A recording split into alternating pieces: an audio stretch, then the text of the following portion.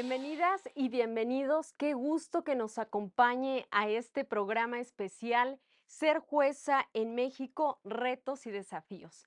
Y para platicar de este tema, hoy nos acompañan dos juezas de distrito a quien les tengo una profunda admiración, porque además de ser mujeres muy talentosas, muy jóvenes, se han propuesto desde muy jóvenes el llegar a ocupar un puesto en el Poder Judicial de la Federación como juezas constitucionales.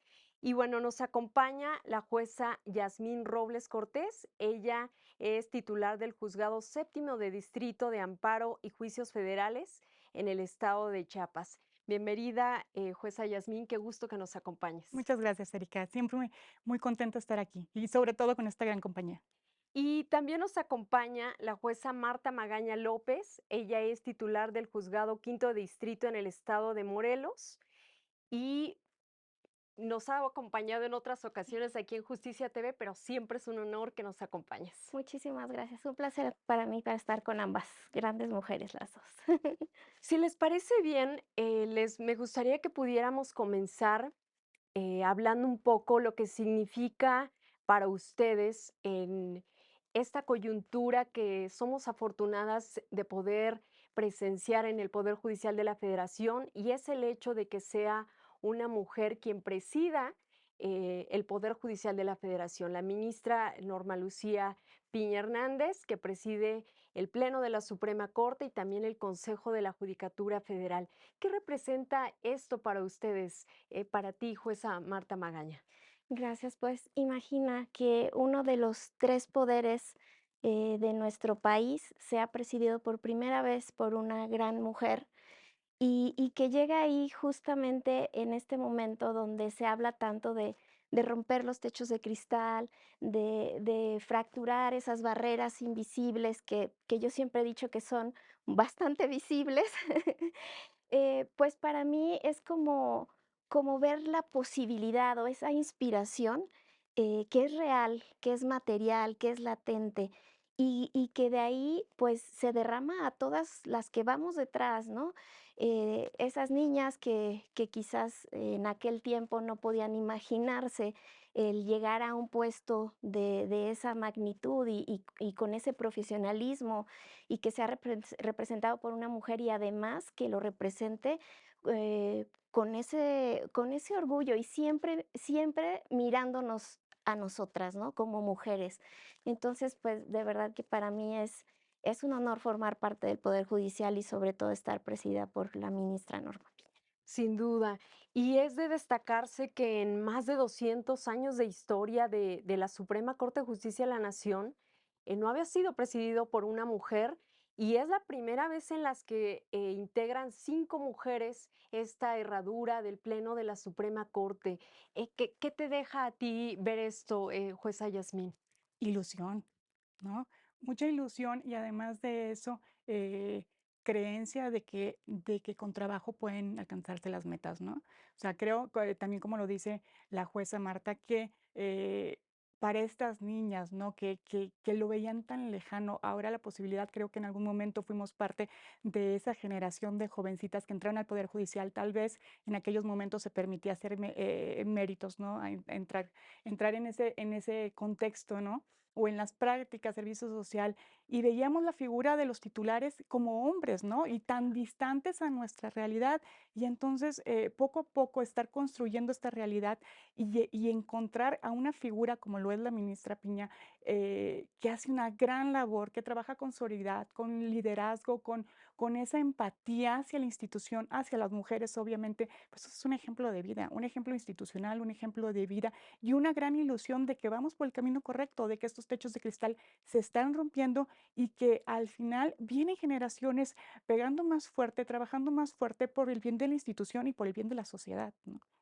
Y tú lo decías bien, ahora, jueza, respecto a la posibilidad de verse representadas, de así como en algún momento ustedes pudieron ver algunas cuantas abogadas y decir, ese es el camino que quiero seguir.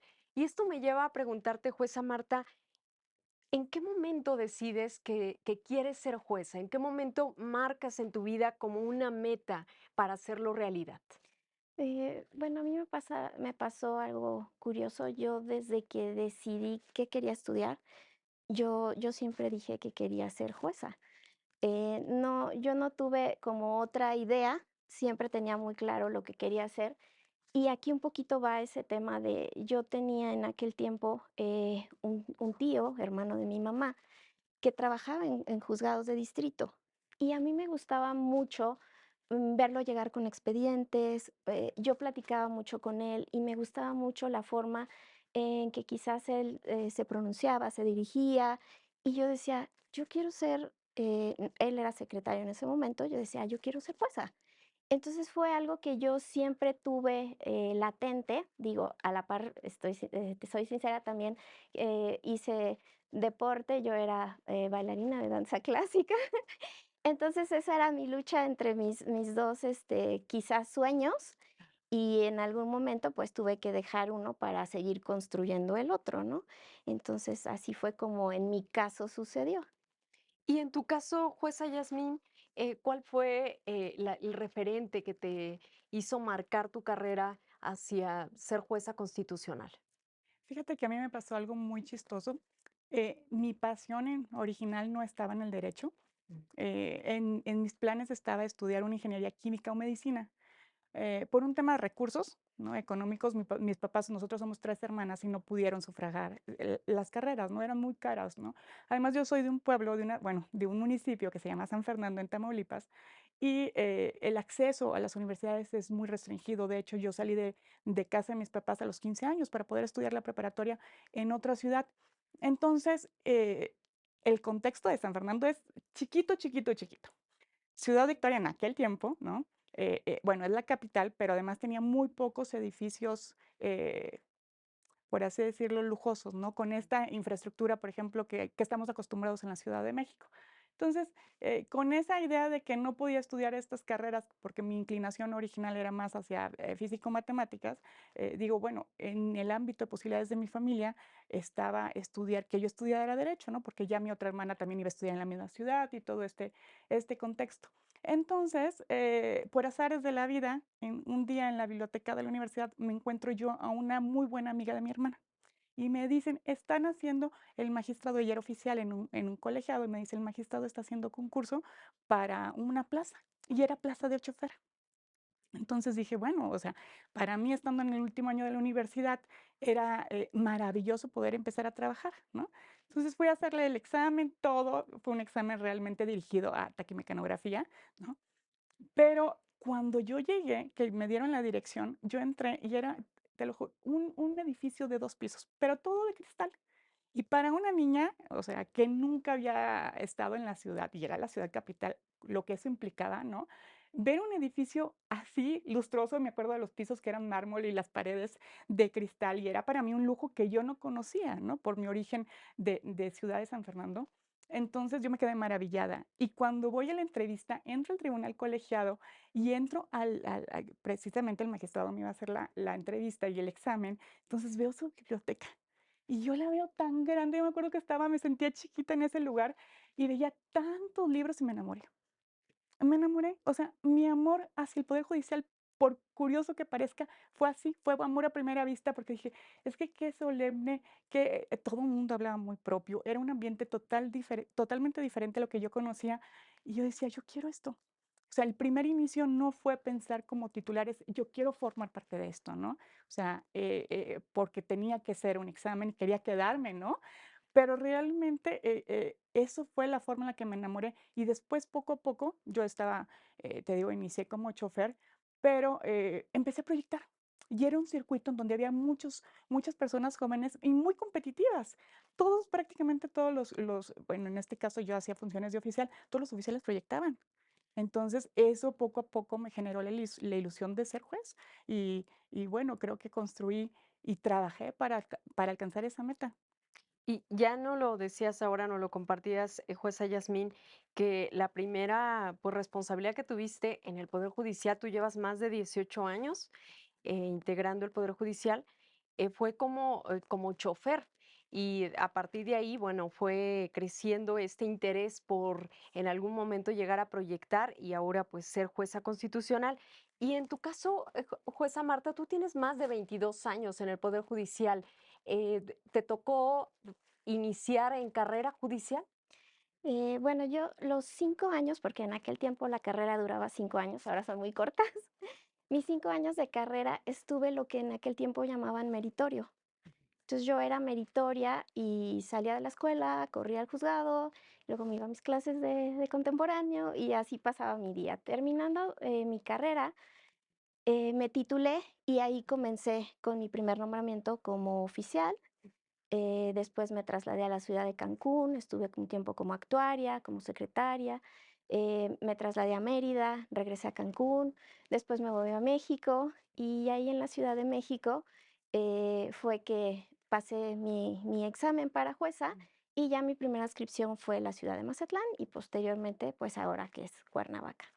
Y ahora volveremos a este tema de lo que implica ser jueza, porque implica también movilidad y tener esta disposición. Ahora lo platicaremos, pero antes me gustaría que pudiéramos, que nos compartieran que, durante la carrera y a lo largo de esta vida profesional, ¿quiénes han sido sus referentes, tanto en, pues, en lo académico como en la vida profesional?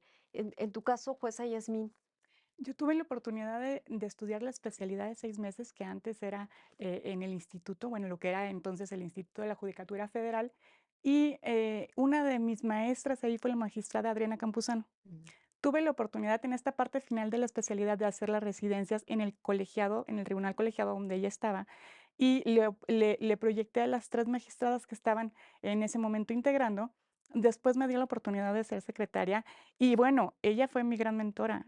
Empecé de secretaria a los 25 años con ella y estuve más de 7 años, entonces mi gran referencia es ella. O sea, es una mujer muy inteligente, muy trabajadora, talentosísima y con una visión bien amplia. A mí me encantaba estar con ella porque una de las referencias era siempre ir más allá de los autos. Y yo ya sabía que me iba a preguntar hasta cuestiones que no estaban ahí para una clausura, si ya sabía, si había pasado por ahí. Entonces siempre da un paso más, ¿no? Y entonces eso es una motivación y la posibilidad también, más bien la obligación de tener un contexto completo del asunto. Entonces, para mí ella fue una gran maestra y posteriormente el magistrado Arturo Iturbe, que también lo considero un gran maestro, en 2 etapas distintas, porque, la primera, pues, inicial, ¿no? Formando a una niña, yo decía niña para los 25 años en este contexto, yo así le llamo, ¿no? Un poco, benévola conmigo misma. Y ya con el magistrado Iturbe, pues, bueno, yo ya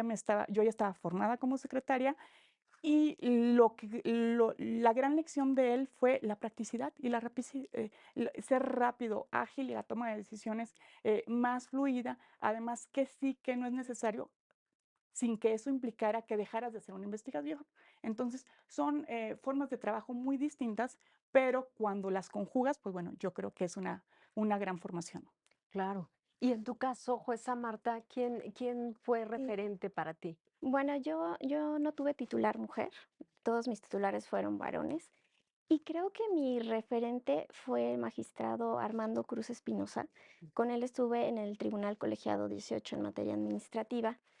Ahí es cuando yo llego de Cancún y él fue la primera persona que me dijo, si tú quieres ser jueza, vas a ser jueza.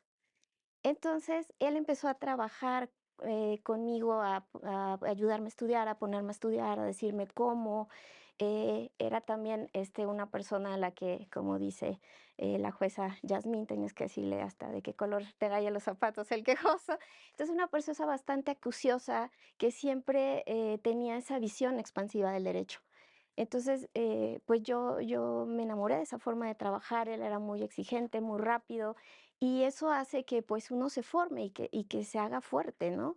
Fuerte me refiero, pues, al momento en que tú tienes que resolver un asunto, al momento que tienes que presentar un examen, pues, vas ya con esas tablas, esa fortaleza, pero sobre todo con esa, autoestima y esa creencia de que de verdad lo puedes hacer, ¿no? Ya que una persona de ese tamaño, con ese profesionalismo te lo diga, pues claro que es de creerse y bueno, yo le estoy muy agradecida. Y dejar a un lado, ahora que dices esta parte de hacerte fuerte, dejar a un lado este tema del síndrome de la impostora, ¿no? Que es algo que que se ha mencionado mucho, en lo que se ha intentado visibilizar. Sí, yo agregaría en este contexto de que platica la jueza Marta, algo bien importante, creo que eso lo haces un poco extensivo, o más bien bastante extensivo a los titulares, y es el compromiso muy grande en fortalecer a nuestro personal, ¿no?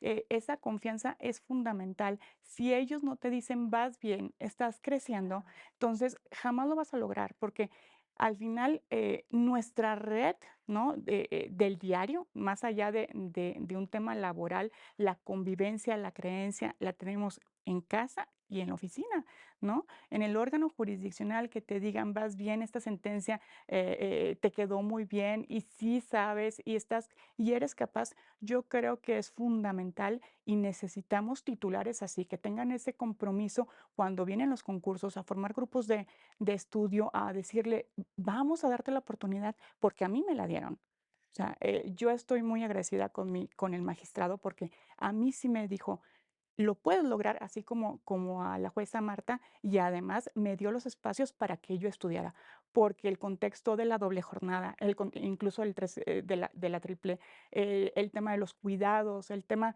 bueno, en fin, todo el contexto que sabemos que como mujeres enfrentamos es muy complicado. En mi caso, además, bueno, soy producto de un concurso con una acción afirmativa, ¿no? Pero lo cierto es que es un reto bastante difícil, ¿no? Y necesitamos tener el mejor contexto y la mejor red de apoyo en todos los sentidos para salir adelante. Y ahora que mencionas esta parte de la red de apoyo, ¿qué tan importante es que justamente haya, pues, tus propios colegas, tus familiares, haciendo este backup para que puedas hacer realidad ese sueño? No, pues es sumamente importante, es muy importante. Yo creo que todas las familias de servidores públicos dentro del Poder Judicial de la Federación entienden, y forman parte de esa red de apoyo sin conocerse. ¿Por qué? Porque nos enfrentamos a visitas, a horarios fuera del horario normal, nos enfrentamos a las guardias, nos enfrentamos a temas de archivos de una cantidad que no te puedes imaginar.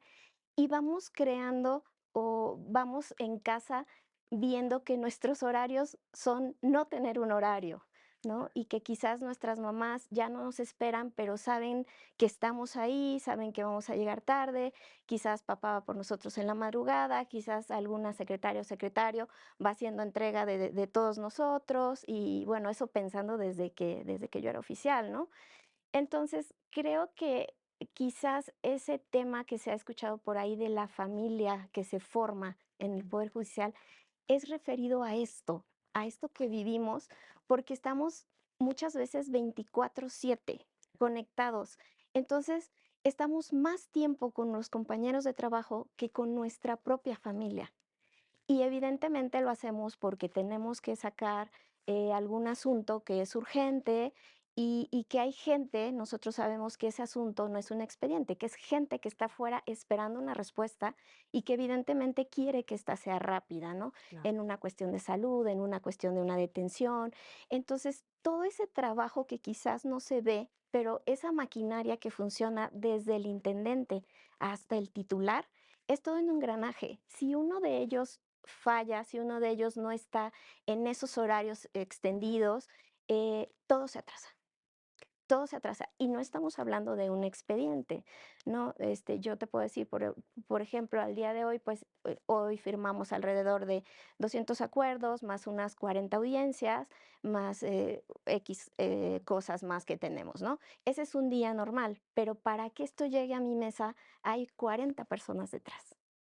Entonces, sí es todo un engranaje, toda una maquinaria que tiene que funcionar en tiempos muy específicos para que finalmente podamos obtener un resultado.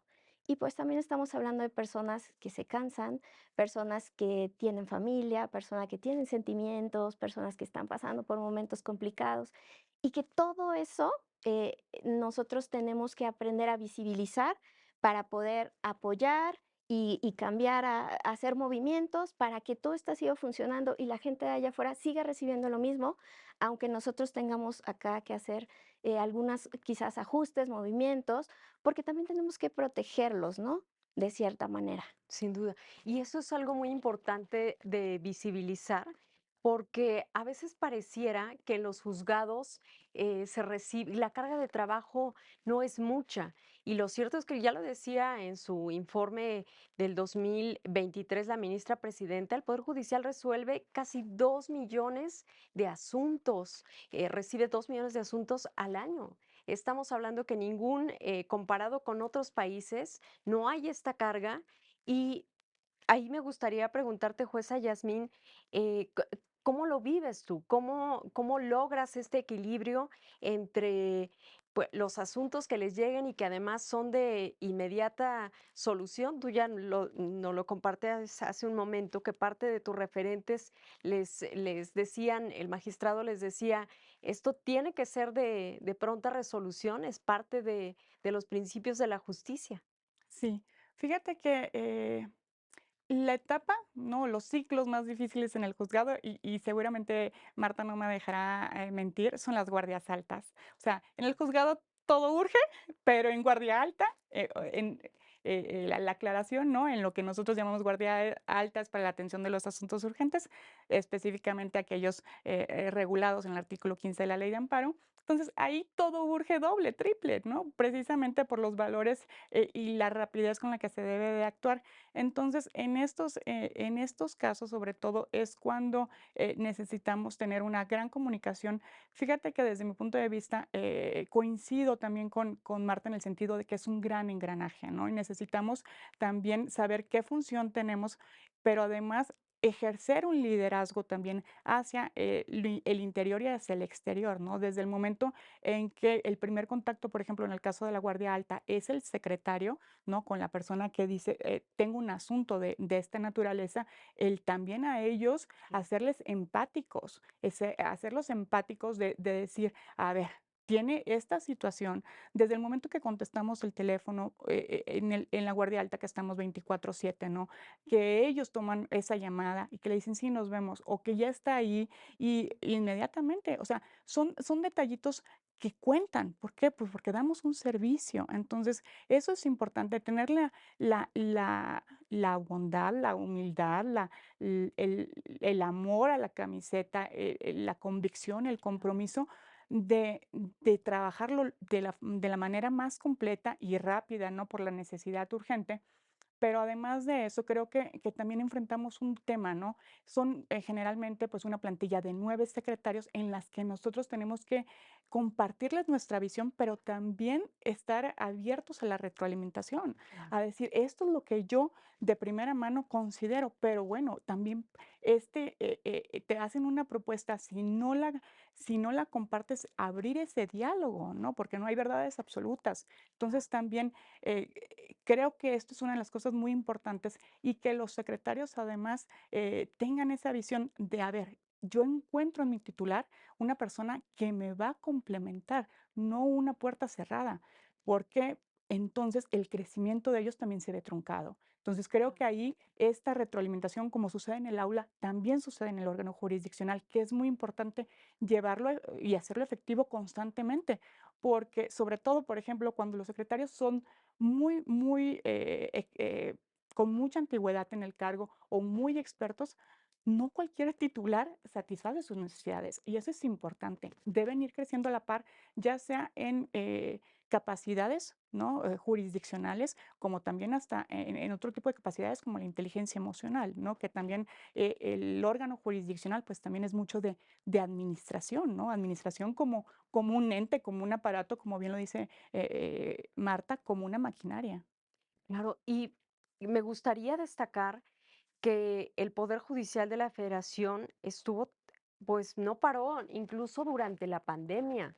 Yo sé que en tu caso, jueza Marta, eh, Tú tomaste protesta durante la pandemia y te tocó incorporarte, a labores, estuviste ya durante plena pandemia y ahí te preguntaría, porque a veces lo olvidamos, el papel tan fundamental que jugaron las personas juzgadoras para dar los amparos para que pudieran ser vacunados las niñas, los niños y también para que algunas personas no tuvieran que presentarse a laboral. Eh, Eso es también muy destacado.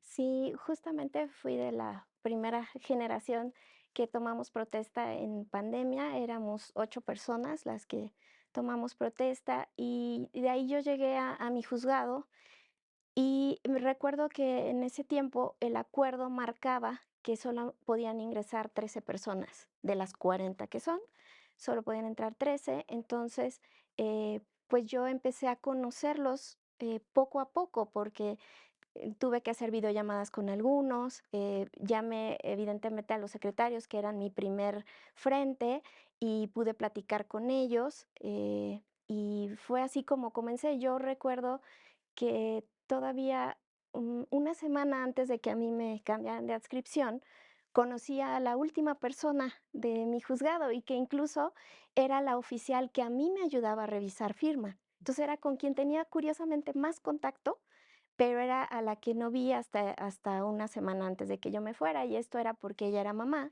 Entonces, ¿qué hicimos? Pues, viendo sus aptitudes, sus capacidades y también sus vulnerabilidades, acomodamos la maquinaria de forma tal, yo digo la maquinaria, acomodamos a las personas, al juzgado, de forma tal que pudiéramos explotar esas habilidades y al mismo tiempo, pues, proteger a los que en ese momento eran vulnerables.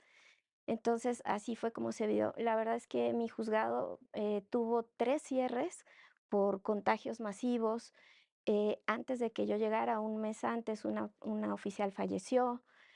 Tuvimos, una secretaria que se puso muy mal, pero terriblemente mal, y creo que todos lo vivimos, juntos, porque el miedo fue de todos, porque no había vacunas. Y yo veía cómo los muchachos, a pesar de que veían a sus compañeros en el hospital, salían corriendo a donar plaquetas, salían corriendo a donar sangre y no paraban. Claro, claro. Y ahí, por supuesto, pues te tocó además acompañarlos. Sí, y como platicas, tuvimos muchos asuntos relacionados con el tema de Mm. vacunas. Tuve un asunto, recuerdo, de una persona que tenía cáncer de mama y necesitaba una cita médica. Entonces, pues fueron bastantes cosas y lo vivimos juntos. Entonces, creo que fue una experiencia muy difícil, pero final de cuentas, pues muy enriquecedora para todos. Pues vamos a hacer una pausa y regresamos. Estamos platicando sobre lo que significa ser jueza en México, los retos y desafíos con dos invitadas de lujo. Tenemos a la jueza Yasmín Robles y a la jueza Marta Magaña. Regresamos, no le cambie.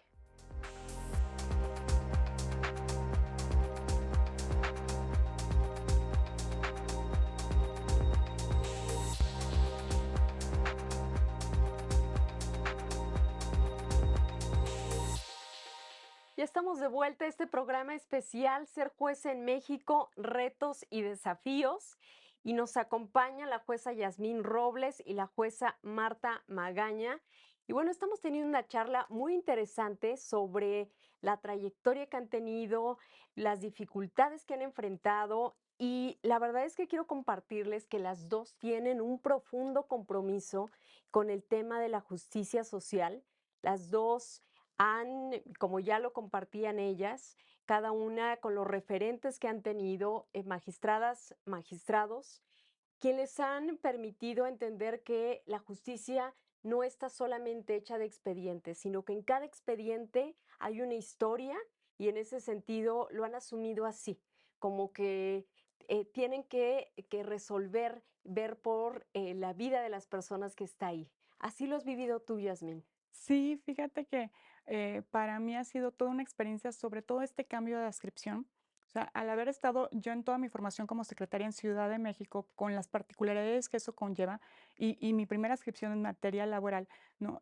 Ahora, ir a Tuxtla Gutiérrez, Chiapas, además en un juzgado mixto, implica una realidad completamente distinta, y no una realidad jurisdiccional como tal, sino una realidad social, con problemas muy diversos a los que hay aquí en Ciudad de México, y eso obviamente implica también un reto en todos los sentidos. El tema migratorio, por ejemplo, de una de las cosas que recién realicé cuando llegué a Tuxtla Gutiérrez es ir a una estancia migratoria. Aunque teníamos el antecedente de lo que sucedió en Juárez y todos estábamos de alguna manera conscientes de que implica un problema social muy fuerte. No es lo mismo que trasladarte a la estancia y que vivirlo, entenderlo, ver la diferencia de las estancias cuando solamente es para hombres, cuando es para mujeres, cuando vienen familias, cuando solamente hay niños, entender. Y yo viví una experiencia bien que se me hacía chiquito el corazón, dirían, porque yo llegué a una estancia, migratoria donde solamente hay, mujeres con sus niños, ¿no? Y un niño de ellos no me conocía, obviamente, nada más llegó, me dijo: "Hola", y me abrazó, y fue con tanta ternura y con tanto son niños.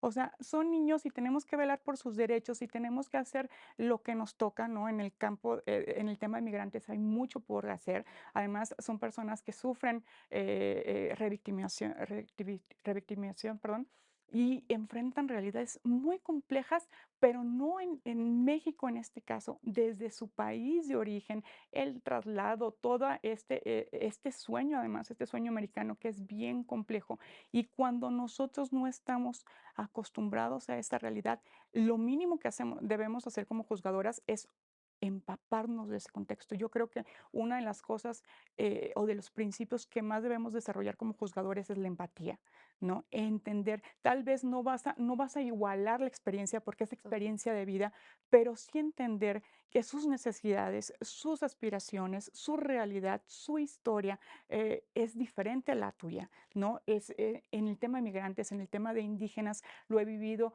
constantemente y es una voluntad también de empaparte, de entender y de, por ejemplo, ser consciente de ello, ¿no? Para el tema, por ejemplo, de las suspensiones.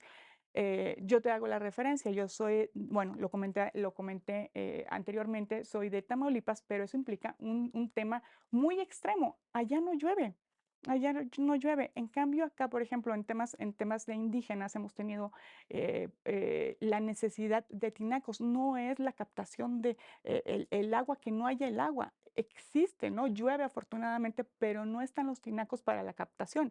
Entonces, al final, ¿en qué se traduce? Sea en Tamaulipas porque no llueve, o sea en Chiapas porque no hay cómo captarlos, es una dificultad que enfrentan frente al derecho humano al de acceso al agua. Y así muchísimas, muchísimas cosas. Por ejemplo, un asunto que tuve sobre dengue, desde entender que hay diferentes tipos de dengue, ¿no? Que en algunos casos sí pudiera dar origen a una demanda urgente, ¿no? Por el tema de comprometer la salud de manera abismal, ¿no? Entonces, entender que la fumigación es necesaria y no nada más la fumigación, obviamente, en una casa, por el tipo de la forma de transmisión del dengue. Y así constantemente te va marcando la localidad, la ascripción, el circuito donde estás, la pauta para que vayas entendiendo esa realidad social y hacer, tanto en suspensiones como en fallos, determinaciones que respondan a necesidades sociales. Por ejemplo, yo le decía a uno de mis colaboradores, qué distinto es Ciudad de México cuando hablábamos, por ejemplo, en temas de suspensiones, cuando tratábamos Uber, ¿no? Las plataformas de Uber o Didi, y la realidad acá que yo enfrento es transporte, pero transporte de ecotaxi o de bicitaxi, que son muy distintos. ¿Por qué? Pues porque en Chiapas el contexto social es distinto. Entonces, creo que es uno de los retos más importantes que tenemos, el ser empáticos, el entender, el conocer la sociedad en general, las condiciones físicas, la geografía, todo eso es importante hacia el interior y hacia el exterior, ¿no? También el contexto en el que, por ejemplo, de violencia o no, ¿no? Para incluso dar indicaciones, por ejemplo, en los horarios en que se realizan las diligencias, en el uso de otras tecnologías. Entonces, para mí es uno de los retos más importantes, que significa estar en un contexto diferente al que yo me formé, ¿no? Claro. Y con unas necesidades sociales totalmente diferentes a mi origen también desde chica, ¿no? Por ejemplo, en Tamaulipas, a las necesidades y al contraste, por ejemplo, de la Ciudad de México. Claro, y qué importante este reto que nos planteas al que se enfrentan ustedes como impartidoras de justicia, porque al final es tener en cuenta el contexto que hay detrás de cada uno de estos asuntos que llegan para ustedes. Y creo que también pone sobre la mesa, Marta, no sé si coincidas conmigo, el tema de que las personas juzgadoras son la última línea de defensa que tiene la sociedad, las personas, para poder defender sus derechos. Ella ya nos planteaba un tema de derecho de acceso al agua. Aunque sean problemáticas diferentes, lo que se trata es garantizar ese derecho al agua. Exactamente. Precisamente en Amparo, pues nosotros recibimos ese tipo de asuntos donde protegemos derechos humanos y son aquellos derechos inherentes a la persona, pero son los más importantes, ¿no? Lo podemos explicar así. Son los derechos más importantes y nosotros nos volvemos en esos defensores de la Constitución, de los tratados internacionales y bueno, llegan a nosotros niños, llegan a nosotras niñas que han sido abusadas. Por ejemplo, le tengo mucho cariño a una sentencia, es una niñita que a sus 14 años de edad fue violada y como resultado tuvo a otra niña. Entonces ella se enfrenta a decidir, porque hay una norma oficial mexicana que te permite llevar un aborto cuando eres una niña violada. Entonces, imagínate el proceso que pasa esta niña, donde tiene que pasar, obviamente, a través de terapias y explicaciones médicas y revisiones, o sea, todo lo que ya vivió, más todo lo que tiene que pasar médicamente para ella tomar una decisión de si se acoge o no a la norma oficial. Y finalmente, la decisión que ella tome, pues evidentemente va a impactar y va a cambiar el camino que en algún momento ella eligió como vida, ¿no? Entonces creo que sí es muy importante lo que dice la jueza Yasmín de no perder esa empatía y como esa última línea de defensa, no perder el contacto, La co sensibilidad. la sensibilidad, pero sobre todo el contacto con nuestra quejosa, porque anteriormente nosotros veíamos que nuestro intermediario siempre era el autorizado, ¿no? Nosotros con palabras, instituciones jurídicas, palabras de derecho, nosotros emitíamos nuestras resoluciones desde las incidentales, admisiones hasta las sentencias, y ahora creo que la justicia es un poco más sensible y puede dar esa flexibilización atendiendo al nuevo paradigma de derechos humanos para que sea la propia juzgadora, el propio juzgador quien dé esa decisión a la persona y tome todas las providencias y se acoja a todos los protocolos para que esto sea de la mejor manera. Y entonces nos evitamos quizás la forma en que un tercero le puede decir sin tomar en cuenta todas esas garantías que como derecho tiene esa persona, ¿no? En este caso, esa niña. Entonces, el cuidar todos esos detalles, la forma en que cómo se lo vas a decir, y incluso cómo tienes que vestirte, porque tienes que cambiar los colores para quizás no parecer tan formal porque es una niña, y quizás salirte de tu escritorio. Entonces, todas esas cosas que van a hacer la diferencia entre que ella pueda tener rompa esa barrera quizás de una frialdad, de lo que implica un juzgado, y pueda entender que hay una persona que la entiende y que sabe todo lo que ella pasó y que ahora lo único que quiere es ayudarla y decirle que la decisión que tomó es la correcta y es la que todos van a respetar. Y de ahí en buena parte este compromiso que has tenido con sentencias en formato de lectura fácil. Sí, bueno, uno de los principales, digamos, enfoques que he decidido o he tomado en mi juzgado son las sentencias en formato sencillo. Y ya no te hablo de lectura sencilla, porque al día de hoy te puedo platicar que ya no solo hacemos lecturas, porque todo depende del contexto y depende de la persona a quien va dirigida.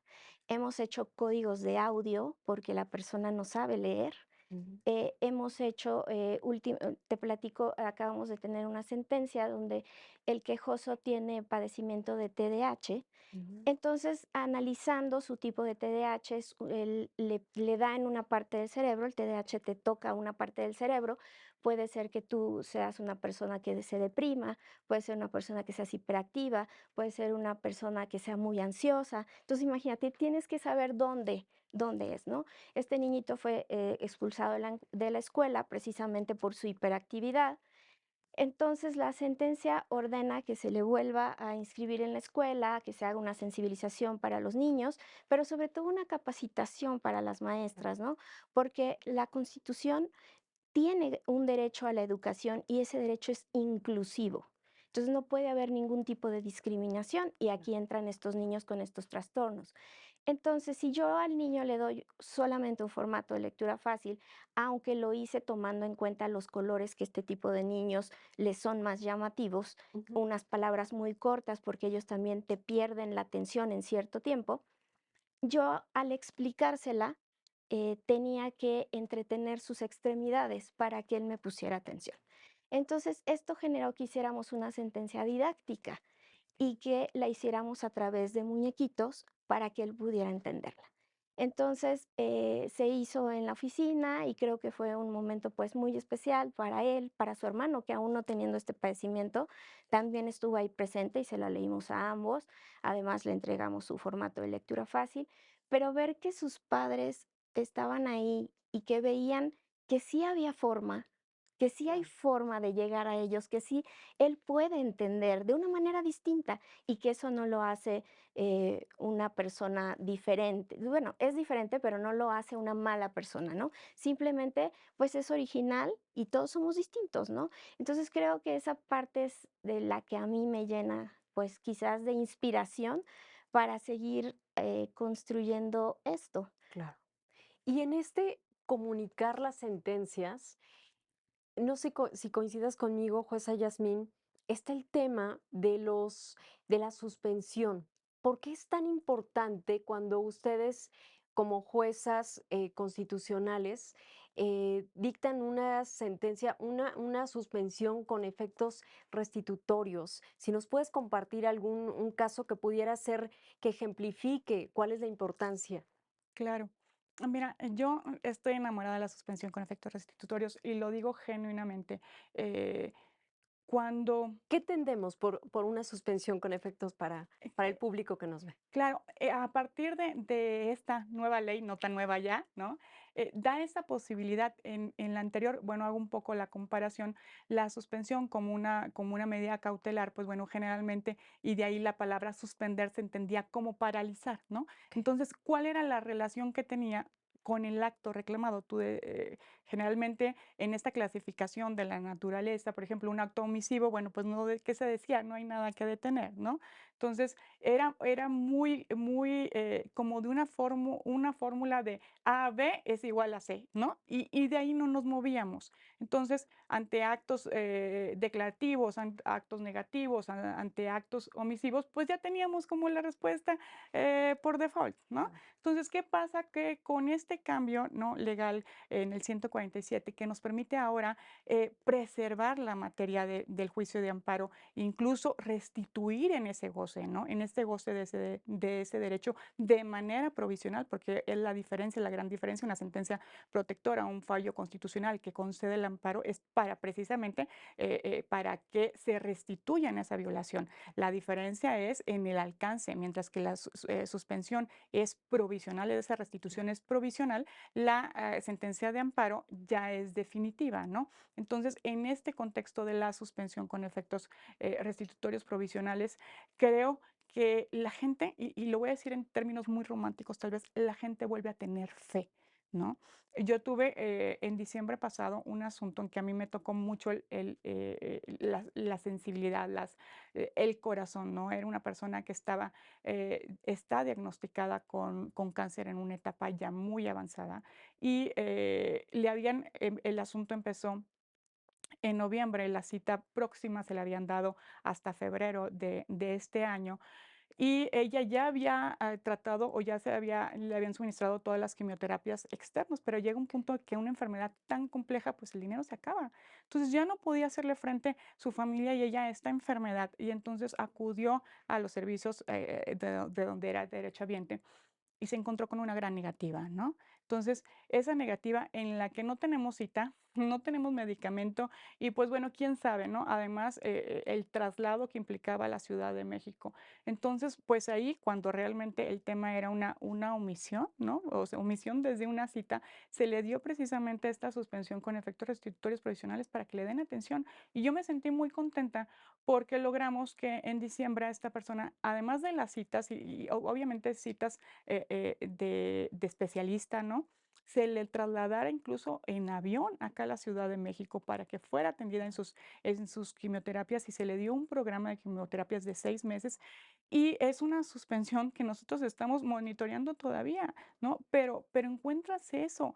Ah, por la propia problemática, la gravedad de la enfermedad, pues bueno, ella encontró una realidad distinta, no a través de la sentencia ante la suspensión, y la suspensión fue inmediata.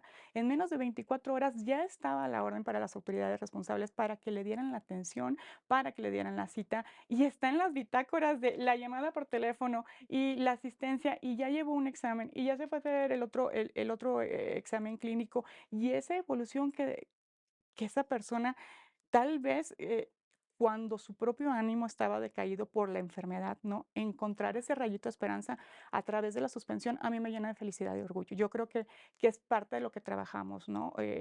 Tuve otro caso, por ejemplo, de una desaparición forzada de una adolescente. En el juzgado todos sabíamos, todo todo giraba en torno a este caso porque fue muy nos tocó también a todos y, lo acordábamos a veces 2 3 veces porque se movía constantemente y le estábamos buscando, la logramos encontrar en Durango, ¿no? Y fue una felicidad para todo el juzgado. Claro. Pero además, o sea, en algún momento la mamá desahogó, una vista y entre otras cosas dijo: "Es que yo sabía que iba a aparecer" porque mi abogado me dijo que con ustedes iba a ser más rápido. Entonces, esa confianza, que te digan eso, o sea, en un juicio es Claro. el esfuerzo, y no el esfuerzo de Yasmín, sino el esfuerzo, del juzgado, como la institución, como también, la institución del Poder Judicial y la institución del juicio de amparo, y específicamente la suspensión, ¿no? Es importantísima, ¿no? O sea, creo que nosotros no podemos perder el contacto con la sociedad y entregarle esos resultados. O sea, al final la gente es una instancia extraordinaria y eso creo que debería también permear en la sociedad de la naturaleza que estamos. Y como bien lo dijo la jueza Marta, o sea, es la última instancia de defensa de derechos humanos, pero además esa defensa tiene que ser real y efectiva, ¿no? Ahí está esa muestra, los 2 ejemplos que ustedes nos ponen de, pues, los casos que han resuelto y que ha exigido esta sensibilidad, compromiso por parte de ustedes y también de su equipo de trabajo. Y ya hablamos también hace un momento del tema de las cargas de trabajo y de las horas que pasan en juzgados y que no hay, pues, saben a qué hora comienzan, pero no saben a qué hora terminan. Y en esa parte, jueza Marta, me gustaría que nos puedas compartir los, pues los sacrificios personales que se tienen que hacer.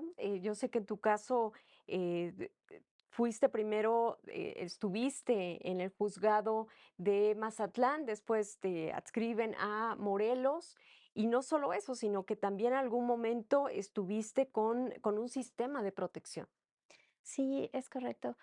Pues es complicado porque quizás yo no soy mamá, no tengo esa doble jornada, pero también soy hija, también soy hermana y también pues me he enfrentado a ciertas quizás actitudes, de repente de que pues no te ven como una mujer titular, ¿no? Entonces tú pasas toda una fase en la que logras no sé si la palabra sea empoderarte o logras hacerles ver que sí sabes y que te ganaste ese derecho a estar ahí porque hiciste un examen. Entonces, cuando ya logras esa fase de que puedan pues atender tus indicaciones, eh, entras en otra etapa, ¿no? Que empiezas a ver el trabajo, números, estadística, cómo hacer las cosas más eficientes, porque evidentemente hay afuera gente que quiere resultados y que quiere resultados rápidos, ¿no? Entonces estamos hablando en una pandemia donde solamente pueden entrar ciertas horas, donde hay un aula llena de promociones que no se han podido costurar, donde entonces tienes que hacer todo un sistema e inventar e innovar, porque pues nadie trabaja, nadie sabíamos que esto iba a suceder. Y por otro lado, pues llega que terminas tu horario bastante tarde, porque quizás a los compañeros tú les dices, bueno, hasta aquí terminamos, pero tú te quedas, bueno, al menos yo revisando sentencias toda la noche hasta que yo digo, bueno, ya. Y ahí termino y mi día comienza otra vez muy temprano. Entonces, esto que pasa, pues que mis fines de semana también están empleados en eso, porque es cuando yo tengo quizás el tiempo de ponerme a leer un poco sobre el TDAH o de ponerme a leer un poco sobre qué tipo de formatos, por qué así, por qué no nada más una carta, por qué no nada más hablado.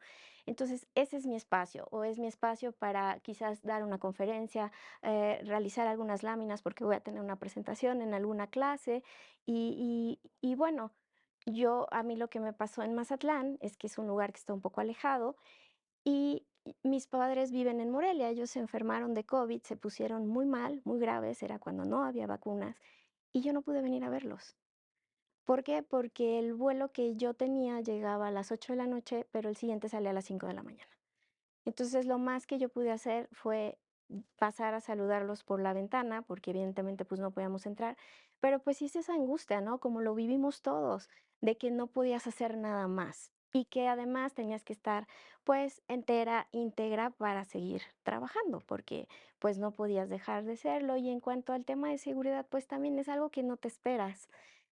Yo creo que esa fue como la última parte que yo nunca pensé, ¿no? Yo siempre, pues, me vi como jueza, veía, para mí, pues, las magistradas ahora, que en aquel tiempo eran juezas, eran mi inspiración y yo las veía en los programas, en los pasillos, y yo decía: "Algún día voy a ser como ellas". Pero yo nunca tuve contacto con alguien que quizás tuviera un tema de seguridad. Y bueno, a mí me sucedió allá en Mazatlán y creo que el consejo pues actuó bastante rápido y siempre lo hace como pues como para protegerte, ¿no?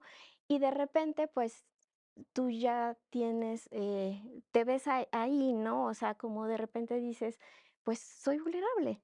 O sea, soy vulnerable y puede pasar cualquier cosa y es algo pues que no te esperas y que vas a vivir todo ese tiempo con ello y que no solo vives tú, lo vive también tu familia, lo viven los compañeros de trabajo y entonces pues eso, si de por sí el ser juzgador te da cierta soledad, pues yo creo que eso todavía te aísla más, ¿no? Entonces, pues eso es lo que, al menos en mi caso, pues Te tocó me ha enfrentar. sucedido. Ajá. Claro. Y tú nos decías, ya igual lo mencionó un poco Marta Jueza Yasmín, y en esta recta ya final del programa, que a veces también el ser jueza implica lecciones de vida. Tienes que ir descartando algunas cosas. Sí, por supuesto, y muchas elecciones. Desde el momento en que uno decide que quiere empezar a concursar, es la toma de decisiones, ¿no? Hacia dónde quieres llevar tu vida. Porque como mujeres, ¿no? Es muy importante siempre el reloj biológico y tengamos como parámetro los 30 años, que es la edad mínima para ser juez, ¿no? Entonces, creo que eso, si de por sí socialmente es una presión, en el caso en el que quieres alcanzar esta meta, ¿no? Es doble presión, ¿no? Y yo voy a ser muy, muy honesta, para mí, en este proceso que estaba yo en preparación, yo me fijé la meta. Si para los 35 años yo no soy juez, yo dejo esto y me dedico a mi vida personal y a ser mamá, ¿no? Afortunadamente, ¿no? Se dieron los tiempos y fui juez a los 35 años. Pero esa simple elección es importante. Además, en este caso fue el ser o no mamá, ¿no? Y además enfrentar la vida de pareja también con esa elección, ¿no? Pero así como esta historia, ¿no? También está el otro lado, el lado de las mujeres que siendo mamás, que dicen, voy a esperar a que mi hijo sea adolescente, a que mi hijo empiece la universidad y a partir de que yo cumplo con este deber de madre, empieza mi carrera jurisdiccional.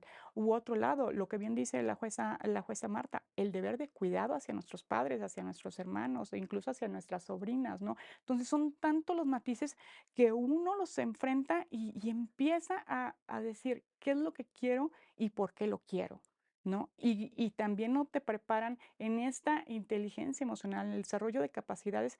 Es poco a veces porque lo necesitamos compartir con mujeres y lamentablemente no ha habido hasta a partir de unos años hacia acá se está dando esta evolución de más espacios para mujeres, pero no es el mismo diálogo que pudieras tener tú de secretaria con una titular, ¿no? Con una mujer, que con un hombre, ¿no? Y voy a hacer un chiste un poco, habitual respecto de mi jefe, y él me comentaba, me decía: "Yasmín, ¿por qué será que los hombres siempre me entregan primero la cuenta?". Y yo le decía: "Ay, magistrado, es que la respuesta es muy fácil". Y me dice: "¿Cuál es?". Y yo le decía: "A ver, magistrado, ¿usted se encargó de su traje, de su corbata? ¿Sabía sabía qué zapatos iba a usar? Hoy usted hizo el desayuno". Y así empezaba, y él se reía porque dije: "Ya", me decía: "Ya vas a empezar, me dice así de cariño, de feminista, ¿verdad?". Y le dije: "No, es que es una realidad". Y le dije: "Así, o sea, como en su casa usted no se hace, por regla general, no se hace cargo de usted de eso, o sea, tampoco de sus hijos, ¿no? Eh, la mayoría de las mujeres que estamos en el poder judicial enfrentamos esa realidad, ¿no? De alguna Sin duda. una u otra manera, pero pega y tienes ahí la preocupación y además le agregas la soledad que también implica en los 2 sexos, obviamente, el lugar de juez es un lugar solo, ¿no? La toma de decisiones más difícil tiene que ser Sin duda. con la mente fría, ¿no? Y clara, ¿no? Sobre todo eso. Entonces, creo que es un conjunto de factores que a los que no nos preparan, que llegamos con muchísima ilusión y como así lo dice la jueza Marta, nadie te dice que a lo mejor de la noche a la mañana puedes traer seguridad a las 24 horas y que no puedes ni siquiera tener ese momento para decir, ay, voy a comprar unos chicles al Oxxo, voy a comprar un refresco. ¿Por qué? Pues porque las condiciones de tu función, de tu elección de vida profesional y elección de vida personal no están para eso. ¿No? Pues yo les agradezco a ambas por estas brillantes reflexiones que nos han compartido y que además pues motivan. Nada más para cerrar les pediría brevemente una frase que les quieran compartir a esas jóvenes, nuevas generaciones que están decidiendo si quieren ser juezas o no quieren. Ay, yo les diría que cada vez que les digan no, lo usen como un escalón para subir un poco más. Yo les diría que confíen en sí mismas. eh, no crean, va a haber mucha gente que no cree en sí mismos y te quieren convencer de lo mismo hacia tu persona. Confía en ti, sé fiel a tus convicciones, a tu esencia, a lo que quieres. Y no va a ser un camino fácil, ciertamente, pero lo vas a lograr. Muchas gracias, jueza Marta Magaña, muchas gracias, jueza Yasmín Robles, un honor, y a usted por su amable atención. Hasta la próxima.